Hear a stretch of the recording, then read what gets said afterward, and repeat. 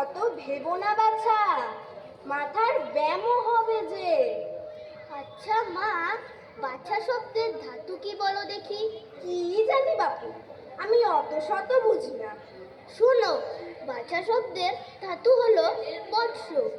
এই কথাটা একবার ভালো করে ভেবে দেখো দেখি মা। কথাটা কিন্তু মোটেও সামান্য নয়। এই কথা যতই ভাববে ততই ভাবনা শেষ হবে না। যে ভাবনা শেষ হয় না, এমন ভাবনার দরকার কি বাপ? ভাবনা তো তোর চিরকাল থাকবে। ভাত যে শুকিয়ে ঠান্ডা হয়ে যাচ্ছে। লক্ষ্মী আমার, একবার ওঠো, ভাতগুলো খেয়ে নাও বাবা। লক্ষ্মী? কি আশ্চর্য! এককালে লক্ষ্মী বলতে দেবী লক্ষ্মীকে বোঝাতো।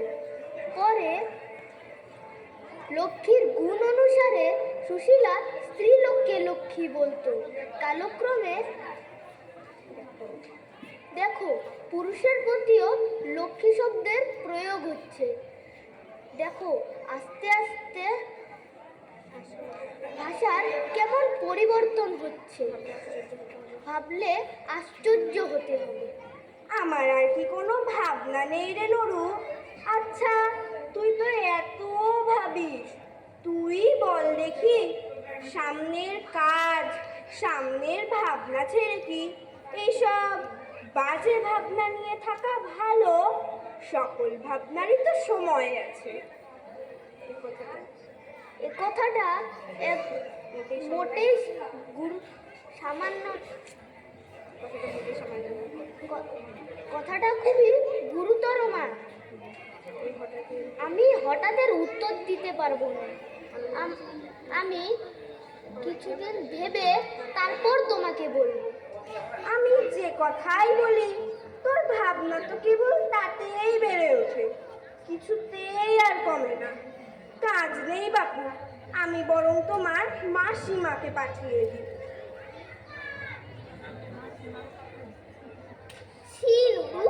তুই কি পাগল হলি? ছেঁড়া চাদর, এক মুখ দাড়ি, সামনে ভাত নিয়ে ভাবতে বসেছিস? সুবলের মা তো তোকে দেখে হেসেই তোর কি অবস্থা? কুরুক্ষেত্র আমাদের আর্য গৌরবের শ্মশান ক্ষেত্র। মনে পড়লে কি শরীর রোমাঞ্চিত হয় না? আমাদের হৃদয় কি অধীর হয়ে ওঠে না? আহা, কত কথাই মনে পড়ে, কত কথাই জেগে ওঠে। বলো কি মাসিমা, হেসে কুরুক্ষেত্র, তার চেয়ে বলো না কেঁদে কুরুক্ষেত্র। আমাদের কথা শুনলেই এর কেবল মনে দুঃখ হয়। কাজ নেই বাবু, আমি চললাম, আমার অনেক কাজ পড়ে আছে। আমি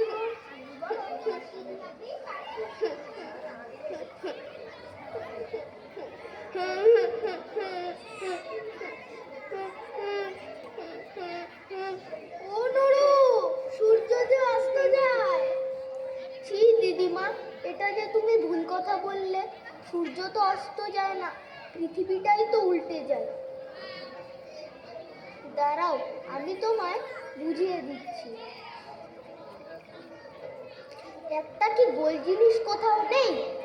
এই তো, তোমার মাথা আছে, তোমার মুন্ডু আছে, কিন্তু মাথা তো ঘোরে না।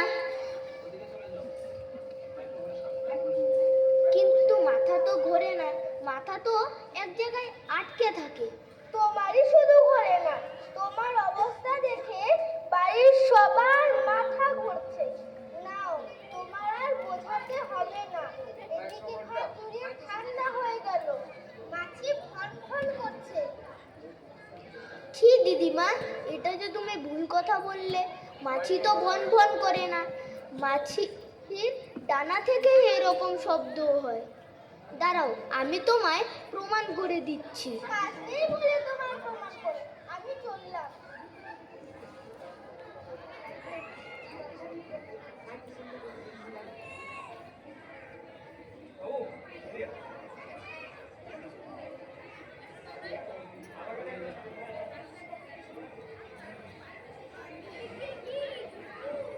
জাদু, তোমার মামাকে দণ্ডবধ করো।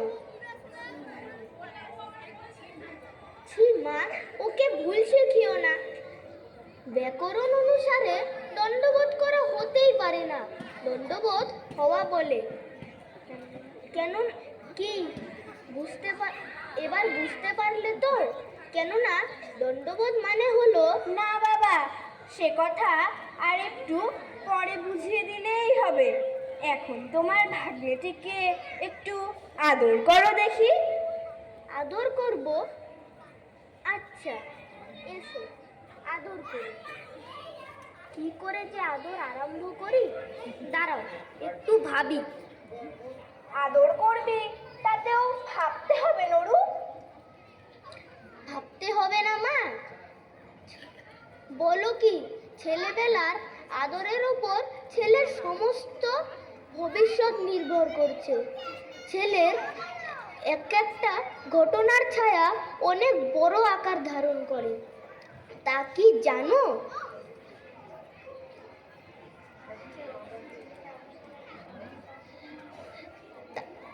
ছেলেকে আদর করা একটা সামান্য কাজ নয়। এটা একবার ভেবে দেখো দেখি মা। না বাবা, সে কথা না হয় আর একটু পরে ভাববো। এখন তোমার ভাগ্নেটির সঙ্গে দুটো কথা কও দেখি। ওদের সঙ্গে এমন কথা কওয়া উচিত যাতে ওদের আমোদ এবং শিক্ষা দুটোই হয়। আচ্ছা হরিদাস, তোমার নামে সমাজ কি বলো দেখি? আমি চমক খাবো। দেখো দেখি বাচ্চা, ওকে এই সব প্রশ্ন জিজ্ঞেস করছো কেন? ও কি জানে? না, ওকে এই বেলা থেকে অল্প অল্প মুখস্থ করিয়ে দেব। কাজ নেই তোমার আদর করে।